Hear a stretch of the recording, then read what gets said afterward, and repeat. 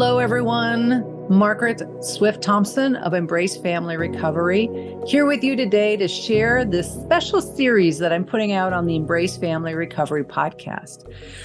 So I have done something that I have dreamed about, I have been suggested to do, and I have been fearful of through much of my career, and that is write part of my story.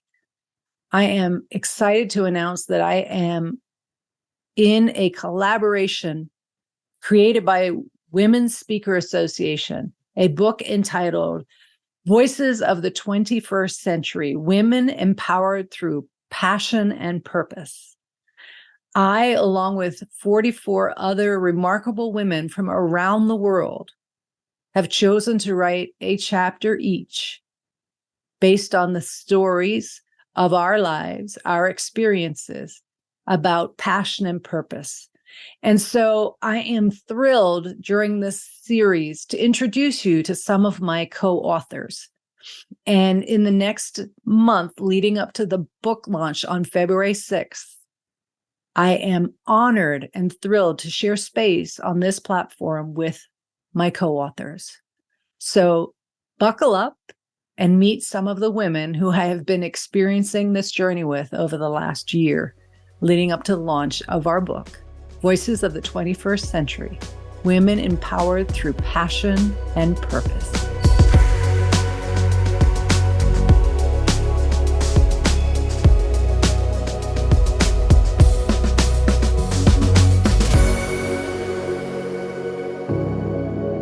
Hello, everyone, and welcome back. I'm extremely excited today to be bringing you a guest who is from my home country of Bermuda. We have three of us as a part of this book, and I want you to get to know Andrea, who is one of my co-authors. So Andrea, how would you introduce yourself to everybody on the listening audience? Hi, everybody. I'm Andrea from Bermuda, and I'm so thrilled to be here with you, Margaret. Thank you so much. You're welcome. It's a very exciting time for us. It is. Well, and this is not your first time, Andrea. You got to do this last year, which is kind of how I heard about it. I knew of one other Bermudian who'd done it, but when you and I chatted, you told me a little bit about what you did. So why don't we go back to what made you want to do it the first time? Like, what led you to want to write a chapter? Have you always wanted to write, or is this new for you? I always felt like I had something to say, like there was a book inside of me. And when I met Michelle, who was the first Bermudian that I knew that was in Voices, she really inspired me. And I had gone on one of her podcasts to listen about her story. And that just made me want to start the journey. And it's interesting because Michelle was a guest on my podcast early on in the journey. So yes, I'm very familiar with Michelle, and she is the first person I ever heard about for Women's Speakers Association. That was the connection for there, and also for then hearing about Voices. So what was the first episode you were a part of? Voices of the 21st Century? Right. So it's a 2023 book, Women Transforming the World. Ooh, another great title. And so was it easy for you to do it the first time? Was it hard? How did you approach it? You said you knew you had a book in you or wanted to be writing a book at some point. So what made this the first attempt for you? So I knew I had something to say, but I didn't know what I had to say. Yeah. So it was really about praying and meditating about what part of my story was ready to be shared. Mm. And so that is what came out with part of my transformation story in the first chapter that I wrote. So it was actually a transforming experience. To do the writing? To do the writing and to have it published. It's a really wonderful experience. We are both alum from Bermuda High School for girls. Yeah. And so for me, it was also a full circle moment to go back to an all-female book. It took me back to those memories of growing up with all women, all girls, which had many experiences, not all great, not all bad. Was that a draw for you? Did that impact you at all? I gotta say, when they told us the title, and the theme of the book and how it was all coming about, because I believe they get the women and they listen to their stories, and then it kind of morphs into its own being. The book gets a life of its own. And I believe that's how they came up with the overall theme. And when it came to be women transforming the world, it was very exciting and empowering, and definitely gave me memories of the good old days. Yes, the old girls that we are.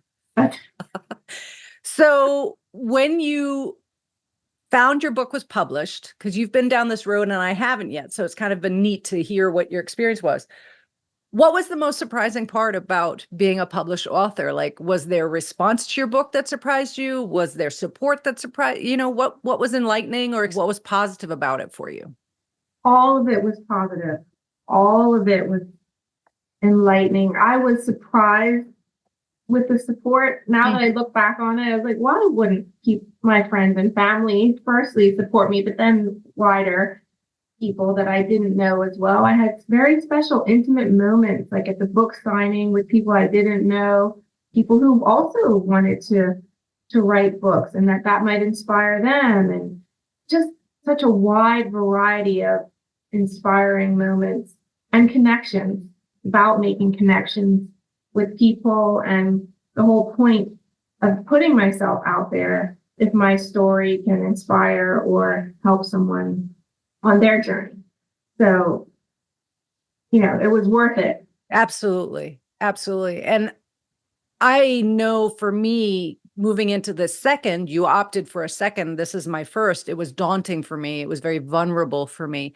How did the writing of your chapter for our current book that will be published on February 6th, Voices of the 21st Century Women Empowered Through Passion and Purpose, what made you want to do it again? What was different this time?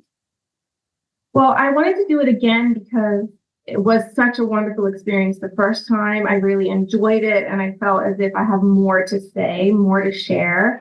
Maybe I wasn't ready to do a whole book on my own, but because the experience was so great with Women Speakers Association, the bonds that I was making with the other authors, and how I was growing.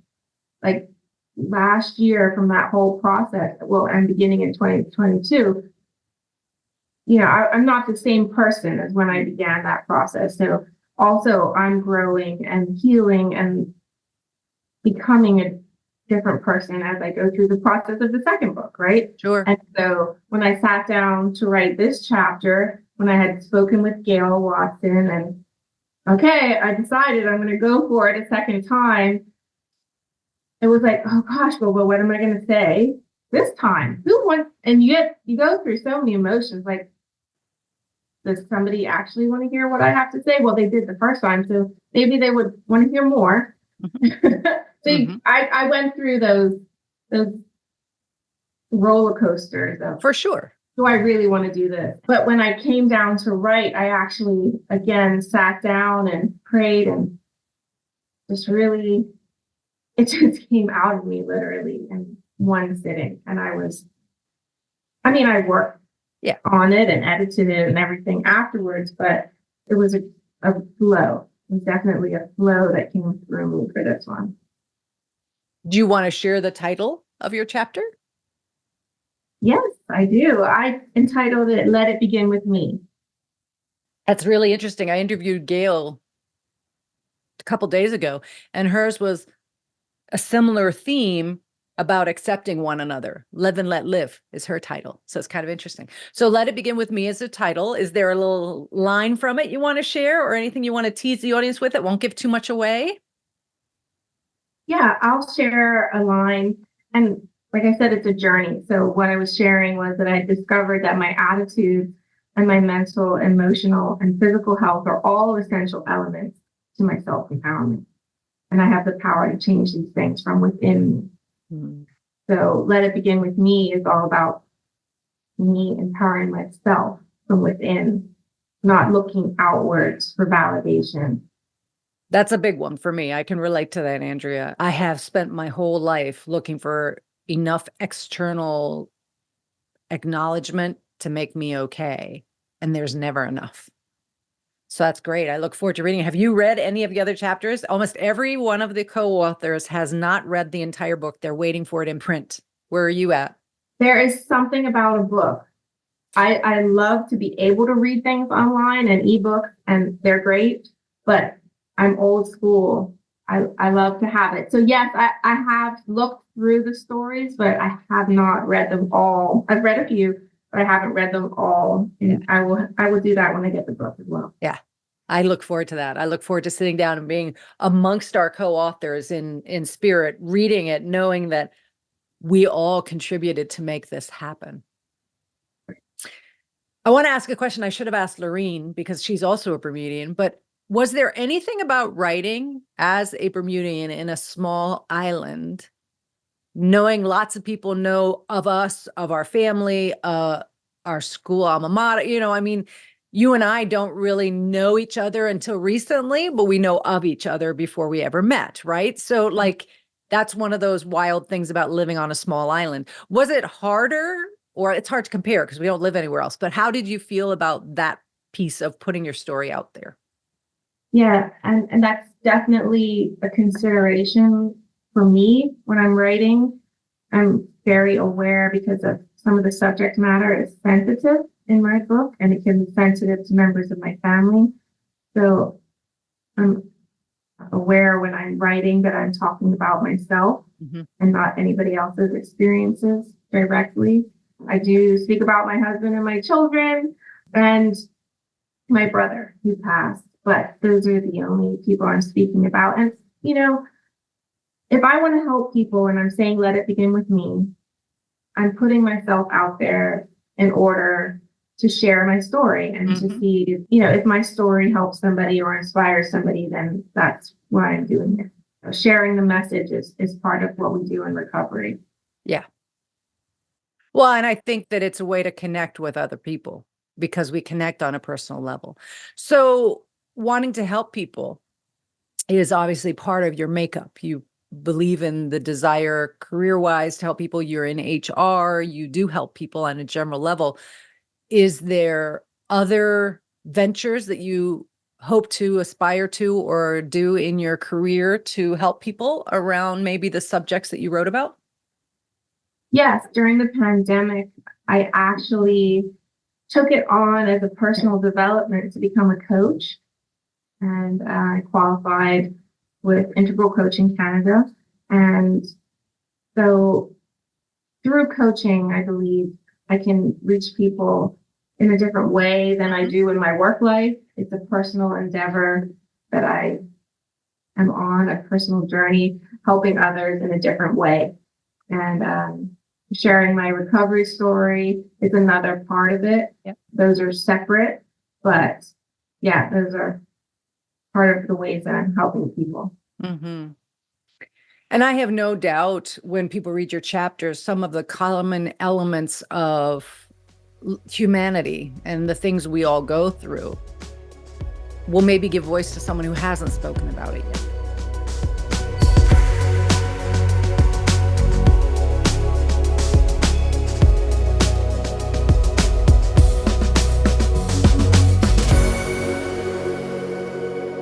Well, welcome everybody. I am super excited today because I get to introduce you to a fellow Bermudian who's also part of this book, Voices of the 21st Century, Women Empowered Through Passion and Purpose. Lorene, I would love you to introduce yourself to the listeners as you would like us to know you. I love that, as you would like us to know you. Hi, everyone. My name is Lorene Phillips, and I am the founder and CEO of Clarendon Wallace, which is a boutique executive coaching and leadership consulting firm that has started in Bermuda and has already started expanding overseas. And I started just before the pandemic, prior to spending 30 years as an underwriter in the reinsurance and the insurance space. So it's a delight to be on this side of my 2.0 career and just excited to be here. Thank you. That's exciting. I think that one of the things is we cross paths on LinkedIn, but it is so neat to be in this part of the journey with you of writing. It was the first time for me in publishing. I was wondering, was that for you the same? Is this your first time publishing, or were you already published something? I was already published. I had actually written 2 books before. One was called 29 Keys to Unlocking Your Faith at Work and Win. And it's really about how do you live your faith out in a practical way as a corporate executive. Mhm. And then the second book I co-authored with my husband, which is 29 Keys to Parenting and Win. We are parents of 3 now young adult sons. And, we just get asked a lot of questions around parenting. And so we decided to put everything together in our second book. So yes, I started this writing and authorship a few years ago. Good for you. Yeah, this Yeah. was my first, so it's very new to me. How was this experience different than writing your past books? Was it similar or different for you to write in Voices of the 21st Century? Well, similar and different. Similar in that it's writing and it's about really being able to communicate your thoughts and your ideas in a compelling way and really just telling your story. Mm-hmm. What was different about this particular project that I really liked was I get to do it with others. And I had an opportunity to hear about what was of interest to other writers. And it was very encouraging. It was very inspiring. It was very collaborative. Mm-hmm. And there's something about being able to do what you love and what you're passionate about with others that makes it much more memorable and much more impactful. So, I'm delighted by this project and just the end product and being able to, get a cup of coffee and put my feet up and just delve into the voices of other women and the things that hear what they're passionate about and hopefully be able to glean and to grow from that as well. Yeah, I look forward to that too. Out of all the people that I have interviewed from our 45 co-authors, most have not read it yet, are waiting for the hand, have it in hand and to sit with a cup of coffee and read it. So it seems like we're all similar in that. Yes, absolutely. What you would like to talk about with your chapter, is there anything you'd like to share without giving it all away so people will look forward to reading it? Yeah. I thought long and hard about what I really wanted to share and what would be the most important message. And there's a story that says, if you're on your way out the door, what's that last message someone will say to you? If you're going on a trip or whatever it is, those last instructions are probably the most important instructions. And so when I considered this particular project, I thought, okay, I have this one chapter. What is the most important thing that I would like to impart or to share? Mm-hmm. And it was really around taking risk, about taking strategic risk, about daring yourself to be courageous and to understand that you can begin again and you can begin again and you can begin again. And it's okay.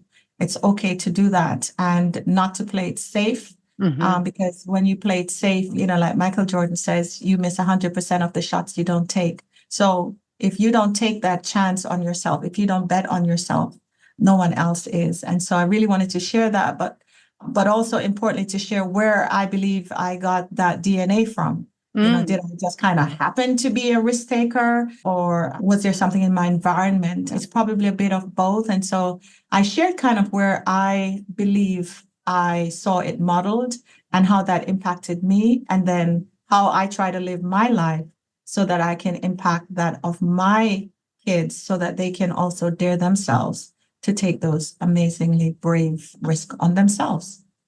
I love that. And I think the thing that really works for me is that visual of that last thing stated as you leave, as you go out the door or take a trip. That's really profound to think about. So I'm excited to hear how you weave that visual into what you share in your chapter.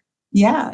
And, in many ways, it was very affirming for me to do it because I really had to reflect and to consider, have I always been this way? I mean, as far as I can recall, I've always taken risks, even as a teenager, as a preteen, as a young adult, and into my adult years, and continue to do so when I started my coaching practice and moving away from something that was home for me in terms of a career for 30 years, and then doing that right into 3 weeks into the pandemic.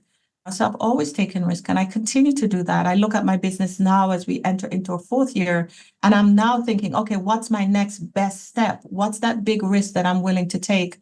And to know that even if it doesn't work out, like Mandela says, you don't fail, you learn. That's right. And so with that mindset, isn't it awesome to be able to just continue to push those boundaries and dare yourself to do those audacious things? Love it. Love that. I love the empowerment in it and the reality that if we don't take a risk or try something, we'll never know, right? So it is leaning into that. I think that would be, certainly for me, in terms of my own legacy, that would be my biggest regret, is not having taken that risk. I think it would be the thing that I would look back at and wonder, what would happen? What would happen if I only did? And so I want that not to be the reality for others. And so, yeah, that would be my biggest parting word, is go ahead and take that shot and bet on yourself.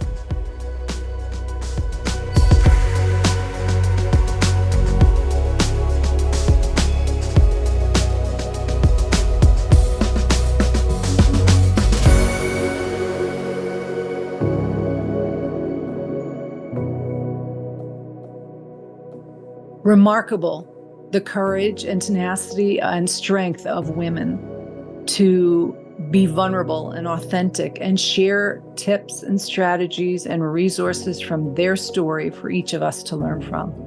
Whether it's my chapter or one of the other women's chapters, I assure you there is something in this for every woman in the world to gather support, encouragement, maybe passion, light a passion in you. These women who have taken the time to write their chapter and be a part of this book. Voices of the 21st Century, women empowered through passion and purpose. Until next time, take care of yourself.